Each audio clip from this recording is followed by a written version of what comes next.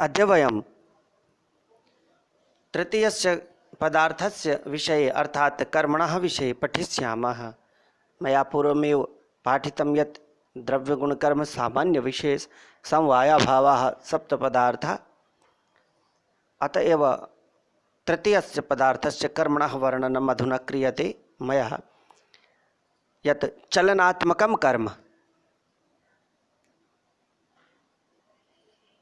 चलनात्मकं कर्म ऊर्ध्वदेश संयोग हेतु उत्क्षेपणम, अधोदेश संयोग हेतु अपक्षेपणम, शरीरस्य सन्निकृष्ट संयोग हेतु आकुंचनम, विप्रकृष्ट संयोग हेतु प्रसारणम, अन्यत सर्वं गमनम, पृथिव्यादि चतुष्टय मनोमात्र वृत्ति ही। अब हम इसकी हिंदी में व्याख्या करते हैं। जैसा कि पूर्व में ही बताया गया कि द्रव्य गुण कर्म सामान्य विशेष समवाय और अभाव, इस प्रकार 7 पदार्थ माने गए हैं वैशेषिक दर्शन के अंतर्गत। यद्यपि प्रमाण में न्याय शास्त्र में 16 पदार्थ माने गए हैं। प्रमाण, प्रमेय, संशय, प्रयोजन, दृष्टांत, सिद्धांत, अवयव, तर्क, निर्णयवाद, जल्प वितंडा, हित्वाभास, छलज्जाति निग्रह स्थानान, तत्वज्ञान निःश्रेयसाधिगमः इति न्यायस्य आदिमं सूत्रं भवति। न च प्रमाणादीनां तत्वज्ञान षोडश पदार्थानां तत्वज्ञानं सम्यक् ज्ञानं तावत् भवति यावत् येषाम् उद्देश्यो लक्षणं परीक्षा च न क्रियन्ते। इस सूत्र के आधार पर हमको ज्ञात होता है कि न्याय में 16 पदार्थ हैं, किंतु आगे जाकर यानी अधुनातन शास्त्रानुसार न्याय और वैशेषिक को का एकीकरण होकर दोनों के द्वारा 7 पदार्थ को मान लिया गया।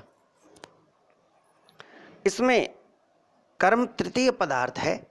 कर्म की परिभाषा देते हुए उन्होंने अर्थात अन्नम भट्ट महोदय ने कहा है कि चलन के रूप वाली क्रिया कर्म है, चलनात्मकम कर्म, और इसके उत्क्षेपण, अपक्षेपण, आकुंचन, प्रसारण और गमन, इस प्रकार से 5 प्रकार होते हैं। अब उत्क्षेपण क्या है? ऊर्ध्वदेश संयोग हेतु उत्क्षेपणम, अर्थात ऊपर के देश का संयोग का हेतु जो है वो उत्क्षेपण है। अधोदेश संयोग हेतु अपक्षेपणम, नीचे के प्रदेश का संयोग हेतु जो है वो अपक्षेपण है। शरीरस्य सन्निकृष्ट संयोग हेतु आकुंचनम, कि शरीर के सन्निकृष्ट अर्थात निकट संयोग हेतु आकुंचन है।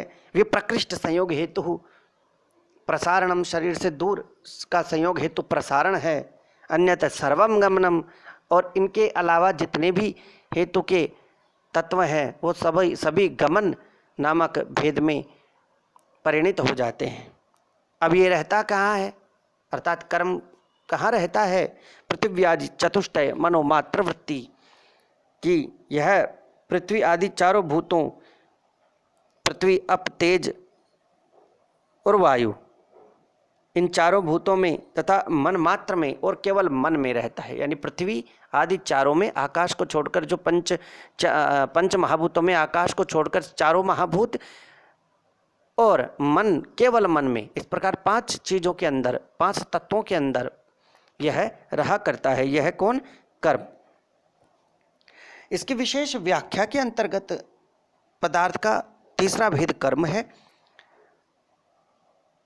चलना जिसका स्वरूप है वह कर्म होता है, जैसे कि ऐतरेयोपनिषद में है चरे वैति चरे वैति। चलना से तात्पर्य गति से है।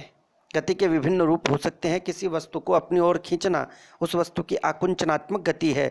ऊपर की ओर से नीचे फेंकना, फैलाना, दौड़ना आदि गति की विभिन्न प्रकार के आयाम हैं। अतः गत्यात्मक क्रिया को कर्म कहा गया। अन्य विद्वानों के अनुसार कर्म का लक्षण इस प्रकार है: एक द्रव्य में रहने वाले गुण से भिन्न तथा संयोग और विभाग के प्रति साक्षात कारण ही कर्म का लक्षण है।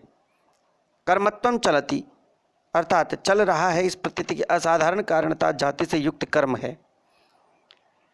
और अन्नम भट्ट के दीपिका के अनुसार इस प्रकार से कर्म की परिभाषा को परिभाषित किया गया है कि संयोग भिन्नत्वे सति संयोग असमवायी कारणम कर्म कर्मत्वम।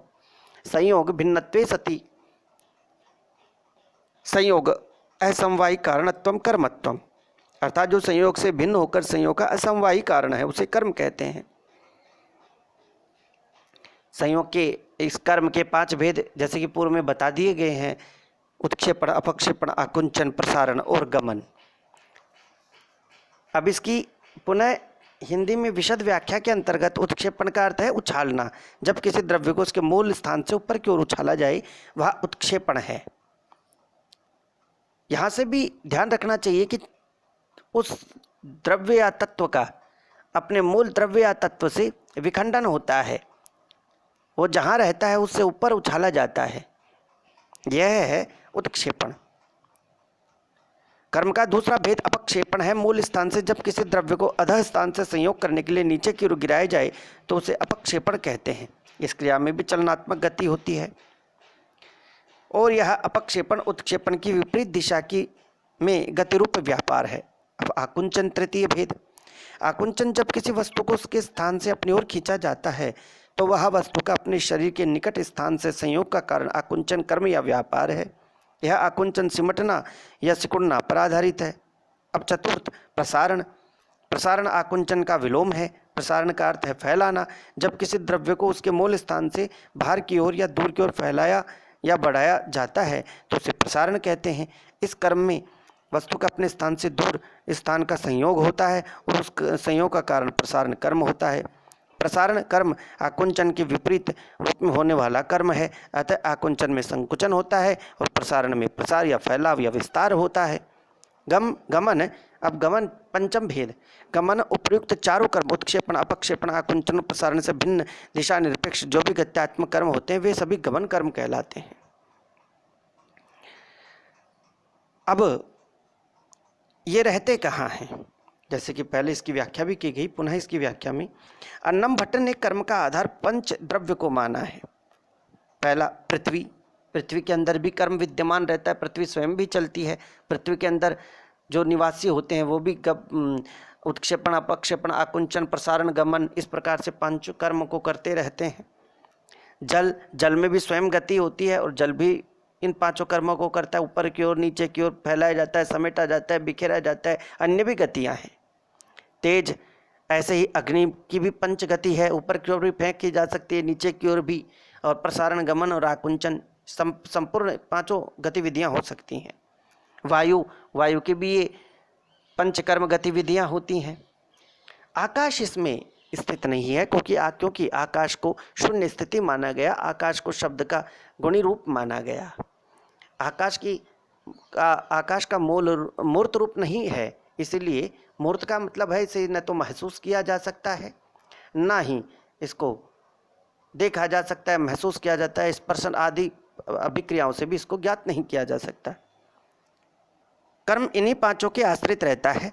तर्ककार केशव मिश्र ने गुण एवं द्रव्य मात्र वृत्ति कहकर कर्म को 9 द्रव्यों में माना गया है। और एक और है मन, अमूर्त द्रव्य। यद्यपि मन अमूर्त है और इसको स्पर्श आदि से महसूस नहीं किया जा सकता, फिर भी मन द्रव्य जो है वह ऊपर की ओर, नीचे की ओर, प्रसारण, गमन, आकुंचन इत्यादि कर्म किया जा सकता है। अतः मन को भी कर्म के अनुसार मान लिया गया है। धन्यवाद।